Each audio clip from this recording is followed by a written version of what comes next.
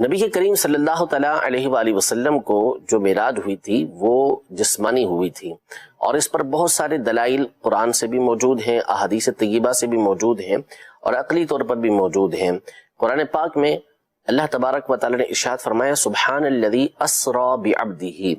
پاک ہے وہ ذات کہ جو اپنے بندے کو راتوں رات لے گئی، لیلم من المسجد الحرام الى المسجد الاقصی، رات کے مختصر حصے میں مسجد حرام سے مسجد اقصی تک۔ سبحان اللہ۔ اب یہاں پر اس آیت پر ہم غور کریں تو بہت سارے الفاظ یہ ہمیں بتاتے ہیں کہ یہ معراج جسمانی تھی۔ سب سے پہلے تو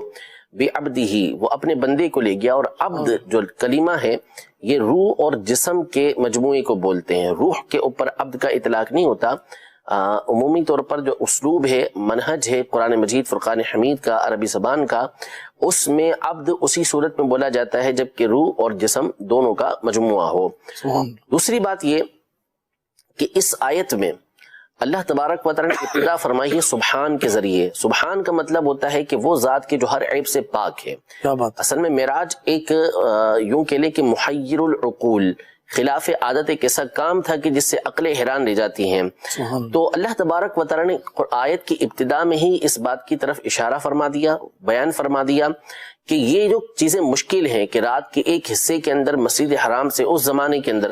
مسجد اقصی تک لے جانا، یہ تمہارے لیے تو مشکل ہو سکتا ہے، تمہارے اندر یہ عیب ہو سکتا ہے، اللہ تبارک و تعالیٰ کی ذات اس عیب سے پاک ہے، وہ چاہے تو لمحے بھر کے اندر کہاں سے کہاں کسی کو بھی لے جائے۔ جب اللہ تبارک و تعالیٰ انسان کو یہ قدرت دے سکتا ہے فی زمانہ کہ ہم تھوڑے سے وقفے کے اندر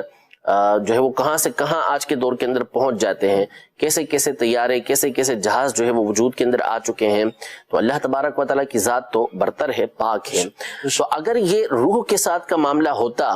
تو پھر اس کے ابتدا میں اس کو ذکر کرنے کا کوئی یعنی اتنا خاص فائدہ نہ ہوتا، اس لیے کہ روح تو کسی کی بھی کہیں پہنچ سکتی ہے، اصل ہے کہ جسم کے ساتھ کسی کو کسی مقام پر پہنچایا جائے۔ تیسری بات یہ کہ جب نبی کریم صلی اللہ تعالیٰ علیہ وآلہ وسلم نے معراج کا اعلان فرمایا تو کفار نے اعتراضات کیے، جس کے نبی کریم صلی اللہ تعالیٰ علیہ وآلہ وسلم نے جوابات مرحمت فرمائے۔ اگر یہ معاملہ روح کا ہوتا، خواب کا ہوتا تو وہ بھی کہہ سکتے تھے کہ بھئی یہ تو کوئی بھی کسی کے بھی ساتھ ایسا ہو سکتا ہے کہ وہ سویا ہوا ہو